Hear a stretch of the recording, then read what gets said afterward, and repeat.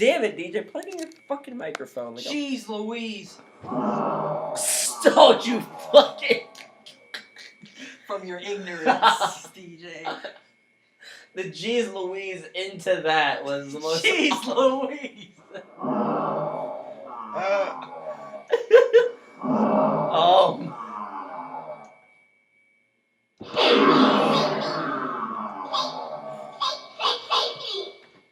We just went to another dimension.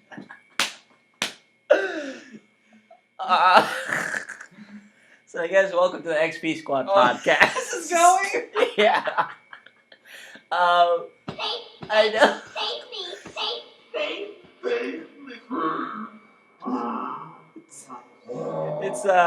It's been a little bit. Yep. Not much posting of really any kind, and this is the first thing to come out. Nope. Yeah, We definitely didn't record another podcast, that's for damn sure. No. We want the prime, cream of the crop stuff for you. Thank you. Mwah. So, what's going on with us, Tyler? What's up? Why have we been gone so long? Ooh. You wanna... Cause you've been down in the heart of Texas. I've moved to Texas, which is why we stopped recording episodes. Yeah. I moved there about 8 months ago now. It's been a good time. What are you doing there? I'm trying to make the movies, Tyler. Oh. I realized a lot of the stuff I listen to and watch is in Texas, specifically Austin. Oh. So I decided I'd move down there, put on my big boy boots, go down where the cowboys live. What about the pants? I don't wear pants, and you know that. Every episode I've ever done of XP Squad's been without pants. That's fair. In case anyone's wondering, Tyler got a keyboard, and we've been having a lot of fun with that. Oh, yep. So Tyler, what's been going on with you in the last year that we've been gone? Oh, you know, a little this, a little that. Don't fucking do it. Don't you do it. You thought I was gonna do it. Yeah, I thought Tyler had his fingers over the keyboards, looking me directly in the eyes, looked like he was about to press the keys. I did go to another dimension once. Just in case. That's what it sounded like. How was it? How'd you like it? It was cool. Yeah, it was tight, actually. Yeah, it was pretty fucking... I call it an epic win. Oh my god. Tyler's been on an epic streak. No. As of recent. Damn right I've been on an epic streak. That's my life. Tyler, what had happened? You had heard someone say the word epic? Somebody said epic unironically as if we were back in the golden year of 2006. I laughed and laughed and laughed. Tyler, what were you like in 2006, in the year 2006? I was a mess. Stop it! That's past me Okay, yelling out the future. My god, we gotta get this on track. Damn it. Okay. So I guess the last thing we watched was the Bo Burnham special. Yeah. We just watched that before recording this. It's got me real inspired. That's why I pulled out the keyboard. Oh yeah, we're gonna make some hits. He's real good. Yeah, me and Tyler but we performed a song upstairs. Yeah, it was a good time. Fun. It was a lot of fun. It went on for like 5 minutes, just improv song. It was a great time. DJ went on too long, and I was like, save me. So I think maybe in the next few years, maybe Tyler and I will start a band. Or Tyler will start a band. DJ will make a nice movie about it. That'll be way more successful than Tyler's music, which is shit. You stay away from me and my bandmates. What band? Who and you and your other band? The super band that I'm gonna start. It was just you? Yeah, no. Well, who else? It's gonna be me. Uh-huh. It's gonna be, what's his, the kid from Star Kid. What's his name? He was in Jurassic Park. Him, he's gonna be on lead vocals. I was in a movie with him. I don't care. It was a great movie. That's much less important than the band that I'm gonna start. I feel the band really isn't gonna go that much anywhere. Anyway, what's it called? The Make Happy special. Don't do it again. Don't fucking. I'm not doing it. The Make Happy special was probably, I guess my opinion on it. It was a lot less funny than what, but it was a lot more introspective. It was entertaining. Like that's kind of what I get. Like. From Bo Burnham is like it's not always like funny. Even like his jokes don't always land, but he always like has a good way of presenting the jokes that don't land. Like it's all about his presentation. Yeah. Like if it was just regular stand up, it wouldn't be nearly as like successful. He makes a show. Yeah. I love it. It's an experience. I like it a lot. It's interesting. I want to see what, because I feel like in the special he hinted at like maybe doing something a little more like personal and like not as like planned out, which might have been a bit, but who knows. But I'd really like to see what a regular stand-up special with Bo Burnham would be without all the flashy lights and like songs and stuff like that. I'd be interested in seeing that too. Yeah, maybe it would be good. Maybe not. I do enjoy stuff he puts out though. I was a big fan of what was the last one? What? What? Yeah. Yeah, I like that one a lot. Yeah. We were talking about it earlier. The show he had on for a little bit. Zach Stone is going to be famous. Yeah. Grossly underrated show. I didn't watch it. See, yeah, I think it was me and maybe 3 other people that actually watched it, which is probably why it got canceled. What was it about? It was basically, the premise was about like this kid who was Bo Burnham, who lived in like this pretty normal family, but like every single week he was trying to get famous doing some other type of work. So one week he was like, I think a musician. One week he was like a stripper or like a porn star or something, and another week he was like, well, like whatever. Like it was a different. Go on. Fucking, this keyboard was the biggest mistake of all time. I'm not playing the keyboard. Keep telling. I'm listening, DJ.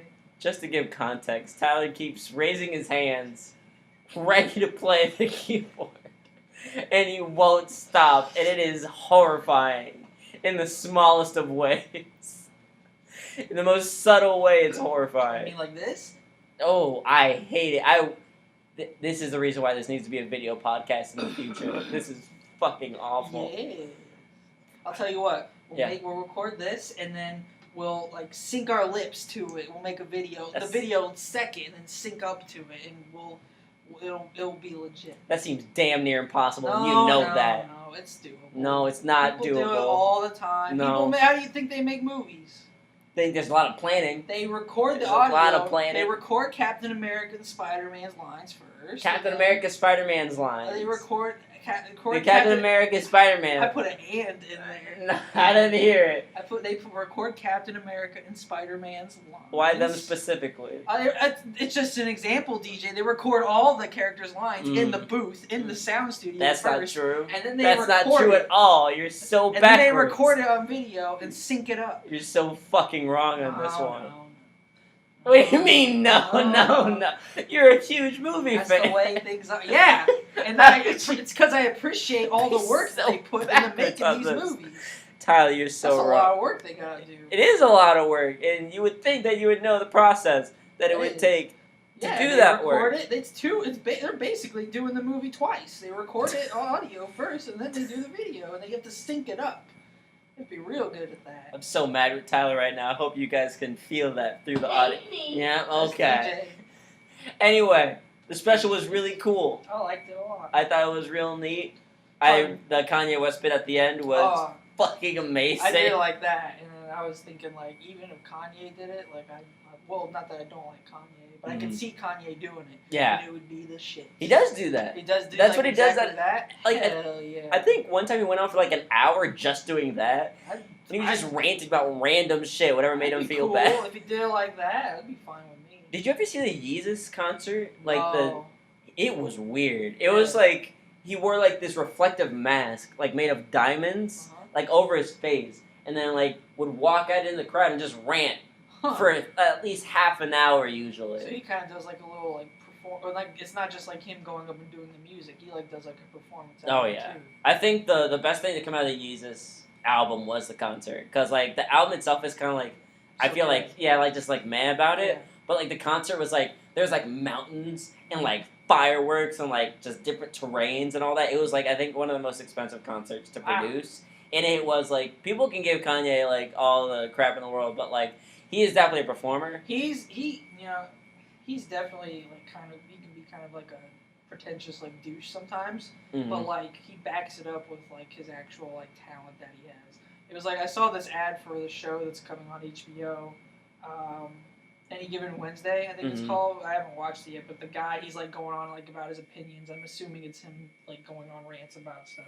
But he says something like he says, I think Kanye West is a genius. The only problem is that he knows it. Yeah. So maybe that's part of it. Yeah, I think there's a lot of truth to that because like early Kanye was like really like college dropout kind of era was like, man, this guy was like he's like the Kendrick Lamar of that era. It's like, wow, this guy is so profound.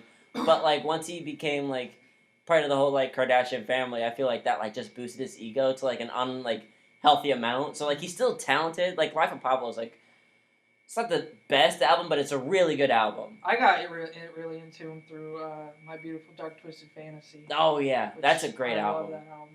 That and was it 808 and Heartbreaks might be my favorite from him. That's a good one. What's the music video? The music video for And I Can't Keep Feeling, Can't Stop Having These Visions, Gotta Get With It. Oh god, what is it? Damn it! But there's a music video that he has that Kanye West has where it's like glitch based. Huh. Where, like the whole thing is like the whole like I think I did. I know what you're talking about. Yeah, so like the movements like it'll make it look like it's glitching out and your computer's broken or your TV or something. I remember us watching that. Yeah, but it's done on purpose and it's like a beautiful music video. Cool. But yeah, like his like performance is like insane. It's nuts. Who did that?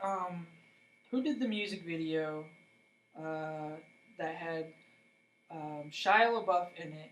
And it was almost like a short film. Oh, Sia.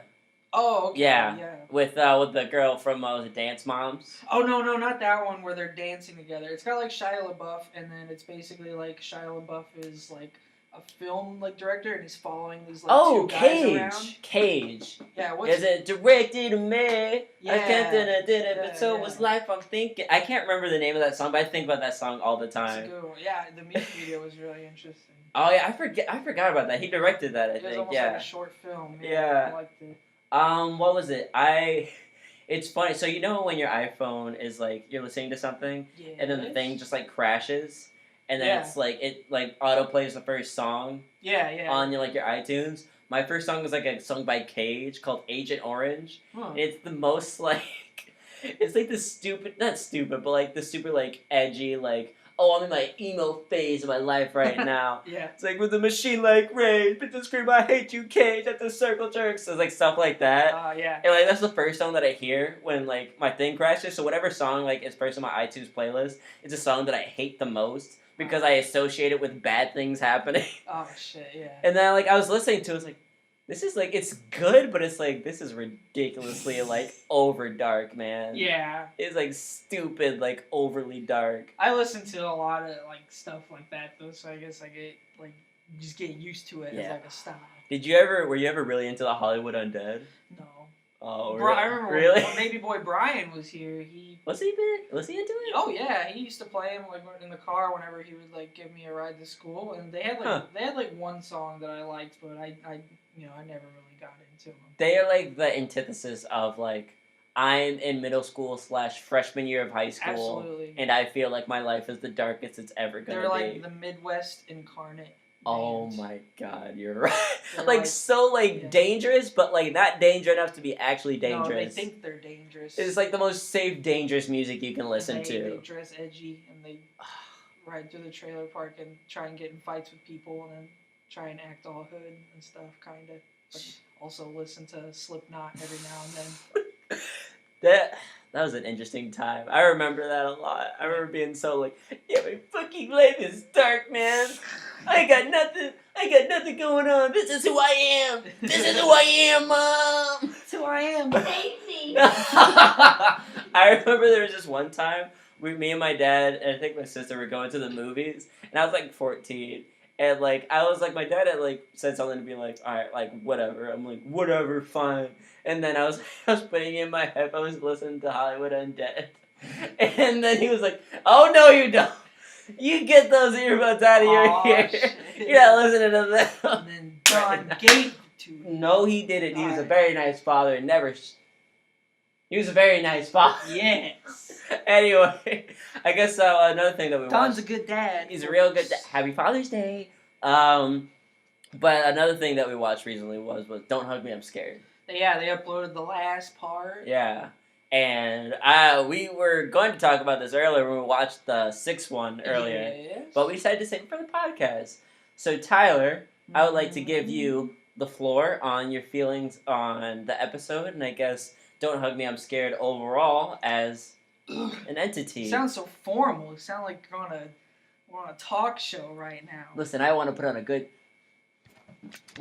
Listen, Tyler, I want to put on a good show for the fans. They haven't seen anything for a year, and I think that they deserve it, at the very least. So okay. Please.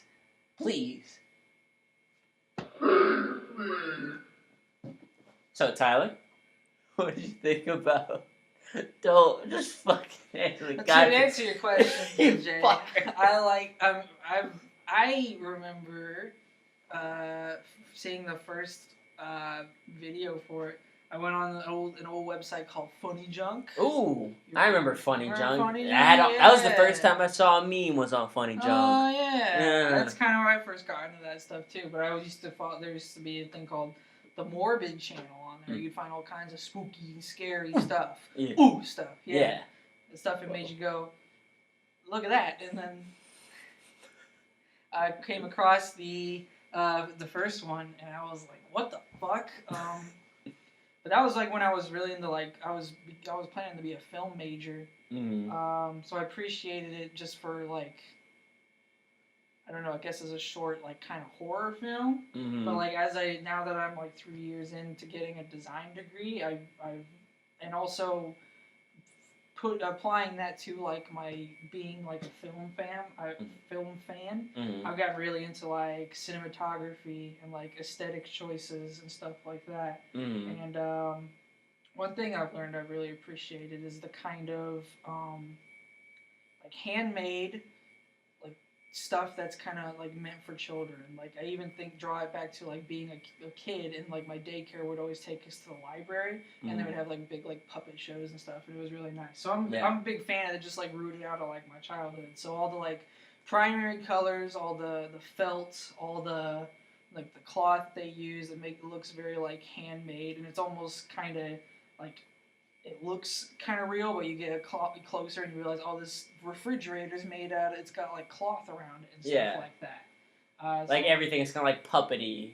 Yeah, exactly. I'm a big fan of that, and then even so that just applies into my design interest, and then my film interest, and even in this latest episode, they have they used a technique I really like a lot, where it's the shot, or I guess the kind of scene where you go into the red guy's world. Mm-hmm. And then I guess obviously spoilers for the episode, just in case anyone didn't put that together. Go watch it real quick. Yeah. Do it. And you're done watching it. Thank you. Or you're not, and you fucked up.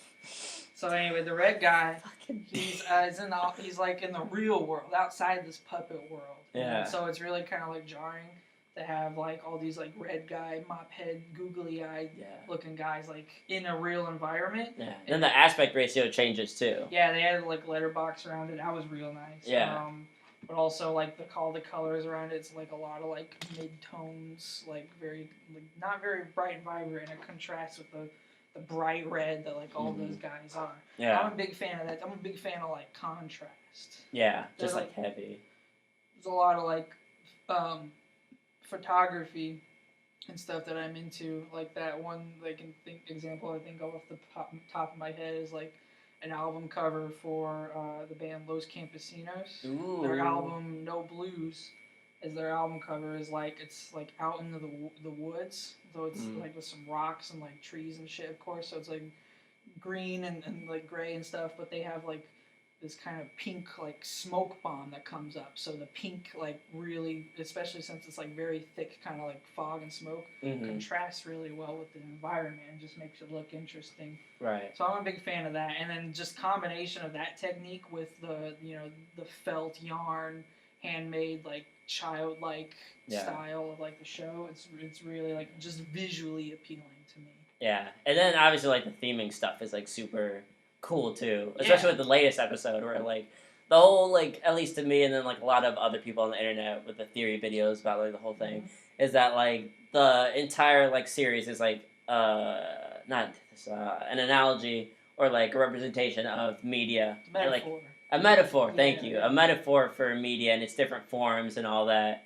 And it's really interesting to see something that's like so like on paper simple, but then like also have like another meaning to it at the same time, which is really interesting to see. Picked up like right away that each like video separately had like their own kind of like meaning or like message that they were trying to get out. But I guess I never thought that it had an overarching story until the last one.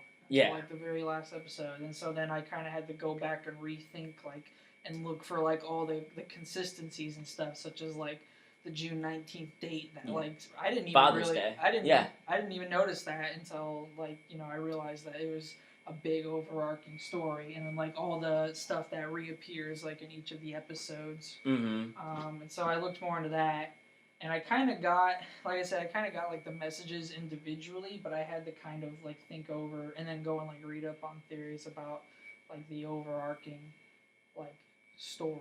So what did you get out of it? Out of, I guess, this episode, I would say, I'll do the episode and then I guess like overall as a series. I would say, I feel like it really confirmed the fact that Roy, the yellow guy's dad, is definitely like, if not the media, the controller of the media. And when Red Guy like comes in and sees like all the stuff that he has, and like he presses these buttons, and it like brings like out all these different people that some you've seen, some you haven't from the shorts. It showed that they had like intentions to just keep going with it. Yeah. Did you get when he like reached his arm out to stop the Red Guy? What did you feel like his intentions were? His intentions. Like what? I would say that his intentions, at least to me, was like when you go into your dad's attic and then like find a gun, and then your dad comes up from behind you, he's like, "Son, what are you doing here?" Right. Like kind of deal. That's kind of like, I kind of got that too. There's kind of the people are going back and forth between like, oh, he's good, he's bad. Yeah. I kind of got the impression of like he was like, just end it. Yeah, I don't know, man. Like, I feel just the fact that Roy was controlling things overall. Like when the yellow guy, or not yellow, red guy is like pressing all the buttons and stuff. Yeah. You see that like different people come up, like the butterfly, the clock, the computer guy. So like it shows that like all these things that seem like random events that people would just like come in, that was completely controlled like under one person. And I think that lends to the theory that the media that comes across as like, oh, it's freeform, this is completely like, whatever, is like really more so condensed and like really more pipeline than people think, which I think is a really cool thing. I think it even some of this, it might not even be like that deep, but I kind of, if you read into it, I kind of got like how you first watch the show, they kind of hints that it's like a show, but you kind of just take it as in like, oh, they live in this puppet world. This is just the world that they live in. Things come alive because they're in a cartoon world. Yeah. But then obviously like the last episode shows that like it's not like it's being like controlled, and these things are happening like in real life. They're happening through the control of like someone else. Yeah, I think it's also interesting the fact that the end of the sixth episode, where everything's like gone into chaos, and like the red guy's pulled the plug, and he's seen to be freed from this whole like the media thing. Like they've seemed to escape it at this point, except for yellow guy. What did you get from like what kind of message or tone did you get from that ending? I guess like good or bad.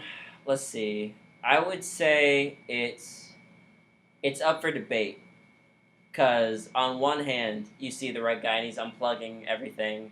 And it seems like I have two thought processes on this. So either like he's unplugged it and they're free and they either just don't exist anymore, or they are out of the media and we just can't see them because they're no longer being controlled and being showed in this showcase. So, or on another hand, I have two theories for the last shot with the new people, or maybe not new people. Right. Like, I think that's either a different incarnation of them, or they're kind of like damned to this like eternal thing that even though that you unplug, you're still like in the media. So like if you and I were to like just completely distance ourselves from like media, like unplug from laptops, unplug from TV, unplug from all that, we would still have to go outside and be engrossed by like billboard ads, conversation of media, just media. Like it's like an overarching thing. Unless you go to like some like Tibetan like monastery, that it's like it's a hard thing to escape. So I feel that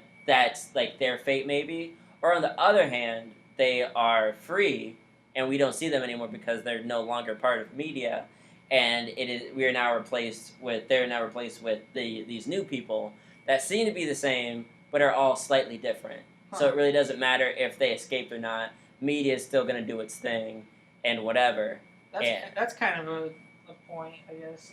Somebody, when I was reading up on like theories, somebody made like the good observation that in the first episode when the notes like your favorite color, red, blue, green, and then that whole thing. Like if you look at the ending, they're all their favorite colors now. So maybe like now that like I guess they got like a positive kind of message out of that. I didn't even think about that. Yeah. That's the thing, because I want to go back and like I haven't done this yet, but I want to go back and like watch 1 through 6. Yeah. Just so I can like, because like they were split up throughout like the course of 4 years. Yeah. So it's like it's hard to like keep all the like little details, but I want to go back and like just see all the little things that they had in place. I'd like to do that too. I'm gonna go through like all of them and maybe even do it on my computer so that way I can go like frame by frame and like try and scope out all the stuff. Right. I did watch like one video that kind of pointed out some, like not all of them, but some of like the major kind of things that appear in the background, like all of Roy's like appearances, like in all the videos since he first appeared, and it's pretty interesting stuff. Yeah, I love the idea of Roy because like he was such like a throwaway character in like I think the 2nd or 3rd episode. It's like my dad is a computer. My dad is a computer. Which is an interesting line, like retroactively, because it's like my dad is a computer, like his dad is a form of media. Yeah. And he like at the end he has a giant computer that controls everything. I think maybe somebody read really deep into a couple different things. They talked about you remember the videos they uploaded when they like had their Kickstarter thing going up? Yeah. That helped like really kind of disturbing videos. Yeah. Somebody like looked at one of the videos they have like the year down at the bottom to kind of like simulate like it being recorded on a VHS like, camera and stuff. And it said like the year like 1955. I think it was in the 50s, and somebody like was looking up like when TV kind of first got like popular, and of course it got popular like in the 50s, and they made the observation that like ever since then people were like increasingly like more and more getting what's the word for it? They were getting more dependent on like TV. They were getting more like attached, and like kids, like generations of kids and stuff, were getting raised like on TV. Yeah. And stuff like that, and they kind of attributed that to like the series and stuff. Did you ever see there's a theory about like how they represent the different ages? Yeah, I kind of. After I kind of realized that was going, I kind of thought of that too. I do. I think there's a part in the 6th episode that kind of like lends to that, where it's like at the end of the 4th or 5th episode, was it Red Guy? It disappears and like walks off because he realizes that like everything's like staged or whatever.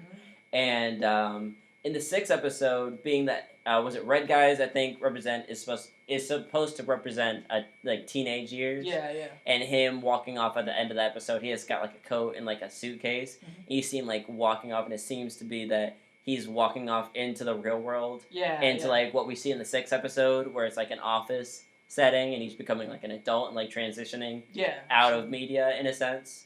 I think that's really cool because he has like there's like a little diploma picture of him in the 6th episode. That's right. Yeah, it's like him graduating. Yeah. I think if anything, I think that kind of shows like one of the main like messages, or the show like being like a metaphor for like growing up. Like I think that's kind of another point to that guy that did the research on like when TVs were getting popular, to how like growing up with the media has like affects like the age groups and stuff like that. Yeah, it's interesting because like I always like have this like thought of like what if we take a baby and like obviously it'll be like nursed or whatever, Right. all that bullshit, um, and like put that baby on an island like just like away from everyone. Mm-hmm. What happens to that baby? Do they become feral? Do they become like? Do they make up a language? Do they even like understand the concept of a language, being that they're not around people? If it survives, That's what I'm saying. It's nourished for somehow. Yeah. Like, and it can grow up. I'd assume so.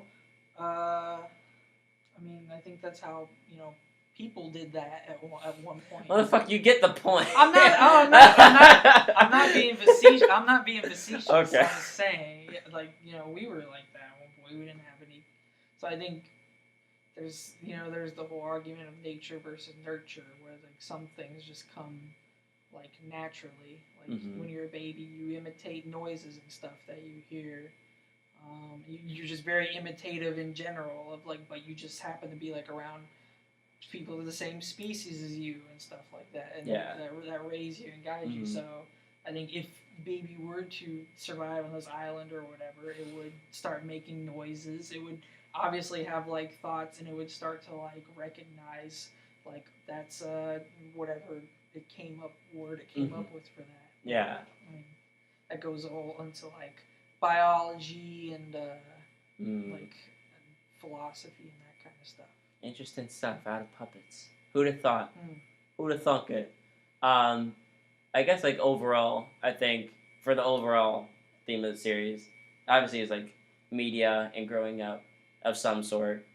And I think it's like really interesting to see what kind of thing that they've made over the course of like last half decade. And I think I'm really interested to see what they're gonna do next. Yeah, I if they end up doing another project, I would love to see them do even just like feature length stuff in that style. I love a movie. So, like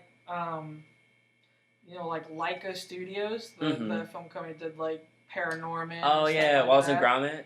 I don't think they did Wallace and Gromit. They did Paranorman. I'm thinking of Arkman. I think. Maybe. Yeah. Leica, they did like Paranorman. They did Box Trolls. They have that new movie coming out. Yeah, new one, Something in the Two Strings, which looks really good. But they have their own kind of established like art style to them and stuff, and they do like animated features and original like stories and stuff. Obviously, like I'd love to see these guys become that. Yeah, That's that because it's a style I'm a big fan of. Because they didn't just have this one. They have bad things could happen, or a lot of bad things could happen. Yeah, they had a couple short ones. One of them was like that one that was going around the internet for a while with the teddy bear, and you like opened it up, like maybe somebody else did that, but it was like a teddy bear and like had a narrator, and you like somebody was like cutting open the bear and like pulling out like real, or it was also kind of disturbing I didn't imagery. See that. I think it was them. Sounds like them. Yeah. But they just to show they do like other interesting stuff. Nice. They have a setup like style, and they're obviously like good writers and good.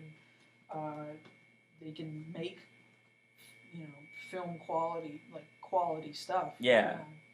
So I'd love to see them do more. It was really interesting to see the red guy stuff. Yeah. Like when he was in the office, just because like it just shows like. Because I remember we were watching it, and I was like, I wonder if it's a different camera, or just because of the set, it feels like a different camera. It seemed like an art movie, kind of. Yeah, it felt very much like The Lobster. I was just going to say, that'd be a good segue to The Lobster. Another movie that me and Tyler and I both watched was The Lobster. And I remember seeing the trailer for this, like about 4 months or something, months before it came out, and I was like, that is a really cool premise. Yeah, it's interesting. It's definitely creative. I saw like Tumblr like gifs, whatever you want to say. Yeah, gifs. Yeah, gifs. I saw some like gifs of it for ads, and I was like, what the fuck? It showed like the scene with like the nun like dancing like in the woods with people, and I'm like, what the fuck is going on? And it was a movie. It said The Lobster. And I'm like, what does that have to do? It was so bizarre. It's pretty bizarre. I guess to set it up for anyone that hasn't seen it, which by the way, please fix that if you haven't, because it is an amazing movie. It's not for everybody. It's not. It's definitely a semi-art house film. Yeah, absolutely. So. But it's got a great message for people that want to look, like, Don't Hug Me, I'm Scared, like, want to look into a deeper message of a movie, definitely watch this. If you want to, get something more out of a movie, yeah, go for it. It's definitely a thinky one. So, like, the premise is that basically there's this society where it's basically illegal to be single, pretty much. And everyone that's single after a certain age goes to this hotel where if you can't find love at the end of your stay at the hotel, you get changed into some animal of your choosing, usually. And the whole story is based around this one guy who's trying to, like, not turn into an animal like his brother who enters the hotel with him. He was a dog. He was a dog. He was a dog boy. Dog boy. And this guy wants to be turned into a lobster. Yeah. Hence the name. He chooses a lobster because he says he likes to swim. Mm-hmm. They live for a long time. And they fuck forever. They have a large sperm count. Yeah. I think he said. They stay fertile for their entire lives. Oh yeah, he did say that. All day. And the lady was like, an excellent choice. Which by the way, crazy good casting for the movie. Yeah, I watched the movie, and I didn't realize it was Colin Farrell until, like, the very beginning. Really? He looks so different. He does, yeah. From, like, he gained, like, 50 pounds or something for this role, and, like, his mannerisms seem, like, so different to everything that he's in. Well, that also, he's had to fix his like, speaking, like, his acting style towards the style they set up for the movie, which is very, very, very, very monotone. Yeah. Oh. But it's intentional. Do we want to get into this right now? Do we want to start this? What? All right, hold on. We'll get back to this. I'm excited about this. Okay. So anyway, so that's the purpose of the movie, and basically, this guy is a very weird man, and it's just showing him how relationships are kind of like good and bad depending on what you do with it. So like he goes through like what 2 or 3 relationships. Yeah, at the beginning he's just gotten out of a marriage. He just got divorced, and so that's why he ends up having to go to like this hotel. Yeah. But you'll find out like really early on, like you'll start to see kind of how like everybody has like a very monotone, like very like straight to the point, like speaking style. Like there's no kind of like small talk or anything. People like, there's a lot of things. People like, for example, sitting at a table, like, I enjoy this sorbet in front of us. Yeah. I enjoy it too. Yeah. Very much. It's almost like robotic. But yeah. It's once you take into account the movies about like romance and like relationships, like it's very like symbolic. Yeah. Of that, like what they say and how they say it, you'll pick up on it. It's definitely, it's got a lot of subtext, which is ironic because it's like, I feel to me the whole movie seemed like an allegory for like obviously relationships. Right. And like modern day relationships where there's like so much subtext that goes into like everything that people like go through. Is like, oh, what did you mean by that? So in this movie it's kind of like, what if this was a world where like that didn't happen? You just said exactly how you felt. And it seemed like it felt like so good. Yeah, it touches a lot on like the like societal pressure to obviously be in a relationship. I think everybody's kind of felt that where your parents hark on you like, oh, when are you gonna have a girlfriend, or like you see other people getting in relationships and around you, and you feel like that pressure, like, oh, maybe I should get into like a relationship or something, whether or not you may or may not be like ready for it. Yeah. But they're like literally, it's forcing you to like get into one, like forcing people to get in one whether they want to or not. So yeah, it's definitely it's funny because it's like society, like overall, like in our society, it feels like it's definitely set up for you to be in a relationship. From like the movies that you watch, it's like, oh well, what was the happy ending? Oh, you got the girl and that's it. Yeah, you're in a relationship and you won.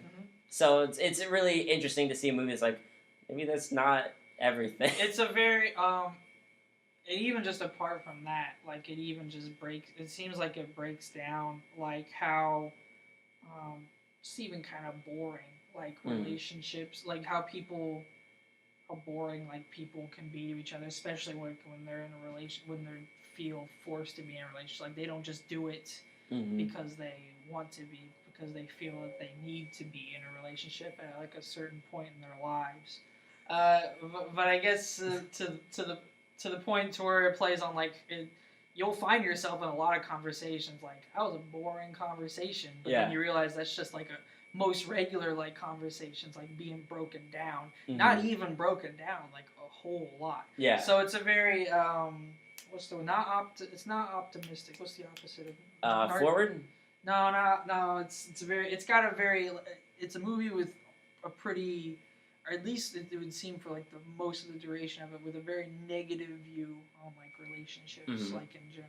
I would definitely agree with that because like another point that I picked up from the movie was the fact that I think he goes through like 2 or 3 relationships in the course of the movie, Yeah. and each one, at least the first 2, or the first one, was like very like negative, and it showed like how some people will change in a relationship to like please that other person, and that if all that change is on one side and the other person is like being very like, yeah, well, this is just who I am, and like doesn't change at all, it becomes like kind of like a toxic relationship. Yeah. You know. It insults the person you're with that's just being themselves. Yeah. And but yeah, I know exactly what you're talking about. He pairs up with with the psycho lady, even as the film dubs her in the movie. So the woman without feeling or something. Yeah. And but yeah, he like makes himself come off as like just as much of a psychopath as her. Yeah. Just so he can get in this relationship and like feel like safe. Not even like metaphorically safe, but literally safe, because otherwise they'll turn him into a lobster. So that's kind of the big like metaphor for the movie. And then even the movie, it's like it shows that it's destined to fail too. Yeah. It's like if you that doesn't work. But like even I want to discuss the end with you because I feel the end has like similar qualities, because towards the end of the film he meets this lady in the woods when he's like escaped the hotel, and they like develop this relationship. And it's kind of like it's a little more subtle, but like you see that he is changing for her as well, but it's also she's changing for him. So it's more of a healthy relationship, which shows like even in any relationship you change for that person either like knowingly or unknowingly to like kind of like accommodate them, and if they do the same for you, it helps the relationship become like more healthy and like unified opposed to that. But also at the end, it's kind of up for interpretation. Like he takes it, like she becomes blind, being that the lady that's in charge of them finds out of their relationship and that's banned in their like, thing. They're like escapees. They're kind of like the rebels, where they're like living out in the woods, and they're choosing not to be in a relationship. Which they also have people that like hunt them and stuff. If they catch you, they bring you back and turn you into an animal for not being in a relationship and trying to escape and all that stuff. So there's like a group of like rebel people living out in the woods that choose to live like relationship free, and then the like leader, the lady leader chick of the group. Yeah, it makes it so there's no relationships or anything like allowed like here, which might even speak unto itself about like non-relationship. Yeah, some people culture. People that are like so like anti like, oh, I don't need a man, I don't need this, but like end up being like more so hurtful to anyone that does want that. It's like, well, don't be a dick about it. Yeah, but so they trick one of the ladies.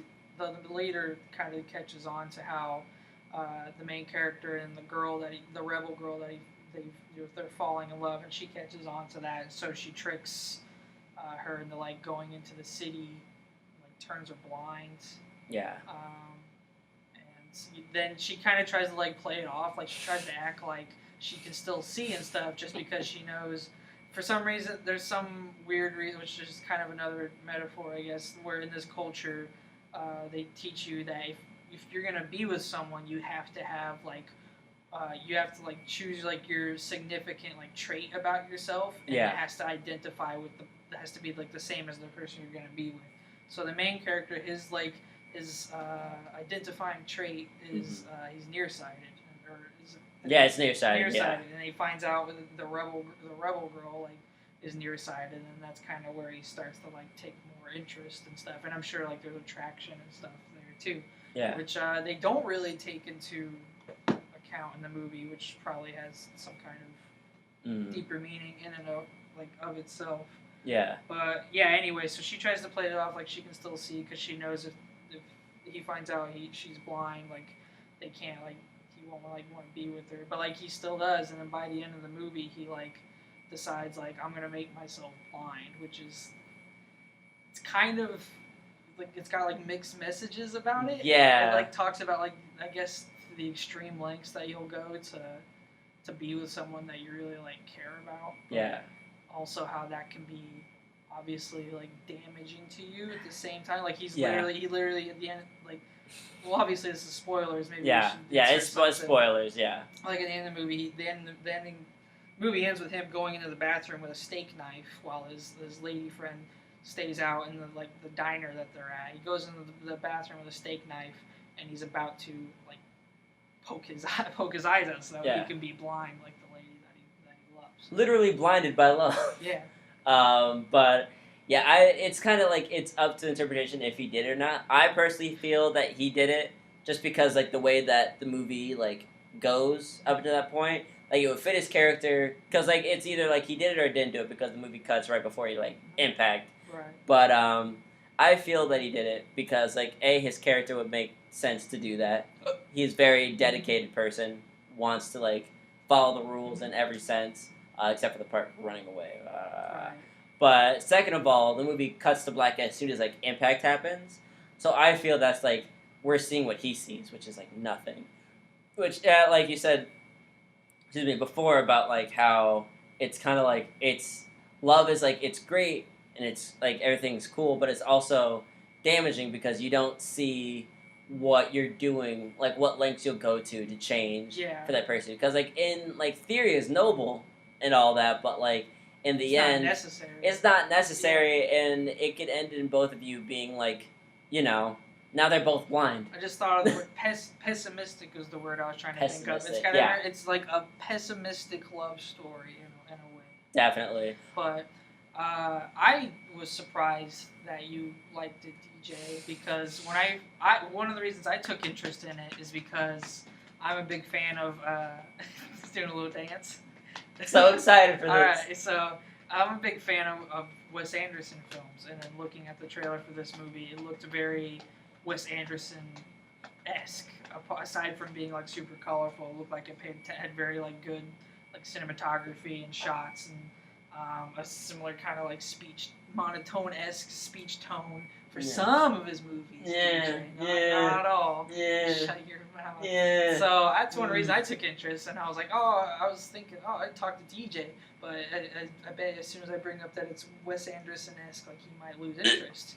But then I found out that you had already seen it and you liked it, and I think maybe one of the reasons you did is because whereas in Wes Anderson movies, when his dialogue can be very kind of like monotone and stuff, like it's obvious that's the way he like directs it to be. It's almost it contrasts a lot like with the colorful and brightness, like and kind of upbeat, like fun tone that some of like his movies have that also have the monotone like dialogue in it. Mm-hmm. Whereas in this movie, it's very fitting to the grim, monochromatic, like mid-tone, like color scheme and like style that the movie has. But it also obviously plays a specific role in the movie, whereas playing into like what the movie is trying to say. Yeah. What are you saying? What's this about, DJ? I'd say you've come very close. Oh. So basically, my thoughts on it. Yeah. Everyone's like, DJ, you should see The Lobster, but I don't know if you like it or not. Everyone, I don't know if you like it or not, DJ. I liked it a lot, actually. Oh, so you're a hipster. DJ. I'm not a hipster. Here's the thing. Yeah, okay, so I like this movie because it has a purpose. And the reason I like the dialogue in this movie is because it serves a reason and, like, another element to the movie. So, like, the whole reason that they're in a monotone style and all that is because, like, I feel personally that it's, like, it's a representation of, like, no subtext. like a reverse of the society now, where it's like everything has like another meaning to it. Where this, I feel, had like it was like, what if it was like not that, and it was like straight to the point, and like you don't have to do it like an inflection with your voice or anything. I thought it was like pretty representative of how like people talk to each other. Actually, instead of like being the opposite. Like I said, it's when you break most like people do like a lot of like small talk and like bullshitting each other and stuff like and once you break like some of the dialogue and stuff in this movie down, it's not too far off from like the small talk and bullshitting that we do with people like every day. How like formal we make ourselves, and the dialogue movie kind of takes the formalness almost to an extreme in a lot of cases. I can see that. I don't know. The way that I saw it was like it was very like to the point and like not formality, where it's like, hey yo, this is what I want. And you're either down or you're not, you know. So like it was like very like to the point and like monotone for a reason, and it had a purpose to the story and it made sense. For me, Wes Anderson movies just like they have a certain style of talking and cadence that a lot of people like, which is not my deal because like it just feels like it's being quirky for quirky's sake, you know. And I can see your point about like it's like contrast to like the environment that it's in and all that. But like to me, it's like I don't get why they're talking like that. Like in this, it feels like this is another world where this is how these people talk. It's like so like far off from what we usually see. But Wes Anderson, like he wants to make relatable stories and like grounded stories for the most part in like an eccentric way, which is cool. And I get why people like it. But like personally, it just kind of bugs me that there's not a solid purpose and he does it in every movie. I kind of think there aside from being just like a stylistic choice to the movie, like you look into his movies and stuff, and it's obvious like he's very much based his style off of like literature, like not just literature, but like playwrights and stuff. So you know when you think of like plays and stuff, a lot of the times, or even in books, obviously in books like they can't have characters like physically can't have characters talking over each other, and then both are very dialogue driven, so they have their characters get like their lines out like basic kind of taking turns, and so that's part of it, I think. And it almost like when I listen to like even if you just listen to his movies, sometimes it sounds like when you like listen to like audio books, you know what I mean? And it's somebody like reading like what the characters are saying. So I think in a lot of ways he treats like his writing almost like he's writing characters in a book. I could definitely see that. I think most of my problem is with not like I guess like the style of talking, but like the way that they say it. Because like in plays they'll emote and like you can see what that person's feeling just by like the way that they say it. But with Wes Anderson, it feels like they just say lines, which is like that's a pretty good point about the literature and like how it's based, and that's the style and the format of it. But it just feels like there's like no emotion in the characters, and all the emotion goes into the background, not like the story background, but like the sets and like the shots and like all of that, opposed to more character driven stuff where it's like I really feel for this character, because like for me I can't feel for a Wes Anderson character because they're so like a Wes Anderson character. Well, I kind of even like kind of the point we were making earlier when we were talking about Don't Hug Me, I'm Scared. It's the scene with the red guys. Like, even though obviously they don't have like facial features and their eyes are like fixated, you can tell like what they're feeling just by like what like the situation and the character that they're implied to be. And like I think that's prevalent like in all of like Wes Anderson's movies. I don't think there was ever a time where I didn't like understand like how a character was feeling or like why he was feeling that way. And even you can pick it up even just by like what they're saying. And not all of his movies like have that very kind of like monotone cadence to it.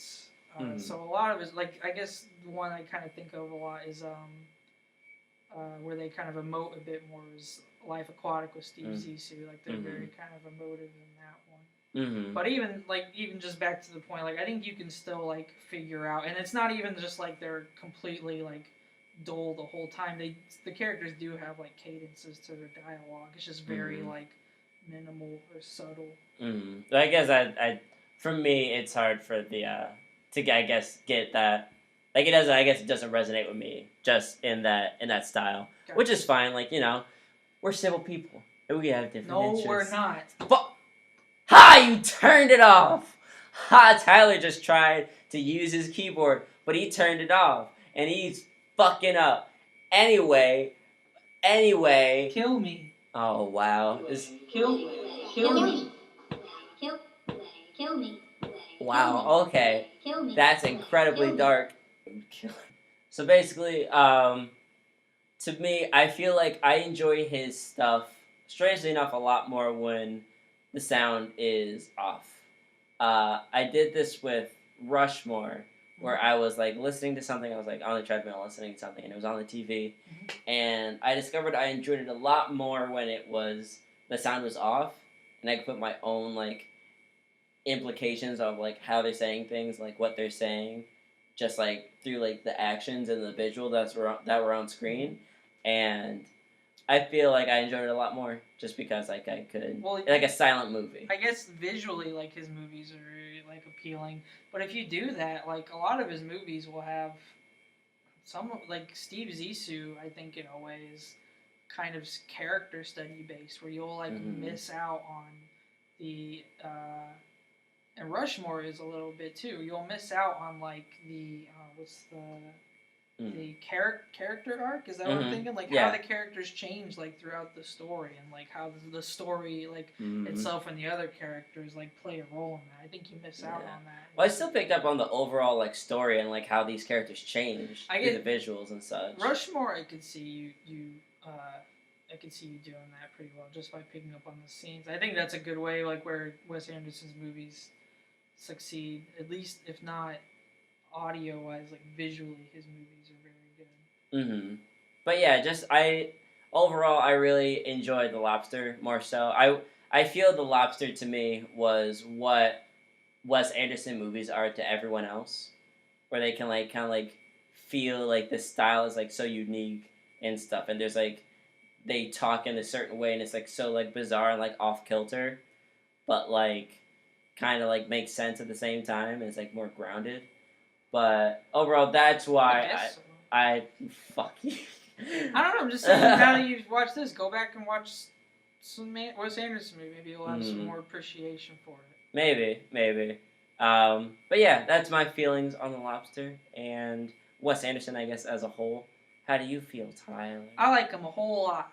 Yeah, that's pretty neat. I like him a whole lot. I like him a whole lot. I like him a whole lot. I like him a whole lot. I like him a whole lot. I like him a whole lot. I like him a whole. I like him a whole lot. I like him a whole lot. I like him a whole lot. I like him a whole lot.